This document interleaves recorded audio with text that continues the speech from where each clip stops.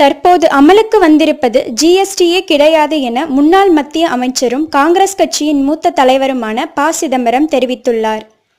சரக்கு மற்றும் சேவை வரி என்றழைக்கப்படும் ஜிஎஸ்டி நாடு முழுவதும் அமல்படுத்தப்பட்டுள்ளது. இந்நிலையில் தற்போது அமலுக்கு வந்திருப்பது ஜிஎஸ்டியே கிடையாது என ப. சிதம்பரம் கருத்து தெரிவித்துள்ளார். இது குறித்து சிவகங்கையில் செய்தியாளர்களிடம் பேசிய அவர், ஜிஎஸ்டியை காங்கிரஸ் கட்சி முன்மொழியும் போது அப்போது எதிர்க்கட்சியாக பாரதிய ஜனதா கட்சி எதிர்ப்பு தெரிவித்தது என்று தெரிவித்தார்.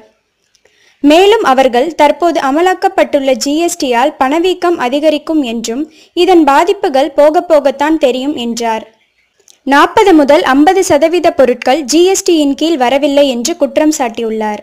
மற்ற நாடுகளை விட ஜிஎஸ்டி வரி விகிதம் மிக அதிகம் என்றும் வரி விதிப்பு முறைகளில் நிறைய குறைகள் உள்ளன என்றும் தெரிவித்தார். மின்சாரம், பெட்ரோல், டீசல் உள்ளிட்டவைகள் ஜிஎஸ்டியின் கீழ் கொண்டு வரப்படவில்லை என்றார். சிறு குறு வியாபாரிகளுக்கு மிகப்பெரிய பாதிப்பு ஏற்படும் என்றும் அவர்களுக்கு மத்திய அரசு கால அவகாசத்தை அளிக்கவில்லை என்றும் குற்றம் சாட்டினார். உண்மையான ஜிஎஸ்டி மட்டுமே நாட்டுக்கு நல்லது என்றும் அதனையே காங்கிரஸ் கட்சி ஆதரிப்பதாகவும் தெரிவித்துள்ளார். இது போன்ற செய்திகளை உடனுக்குடன் அறிய டாப் நியூஸ் சேனலை சப்ஸ்கிரைப் செய்யுங்கள். நன்றி, வணக்கம்.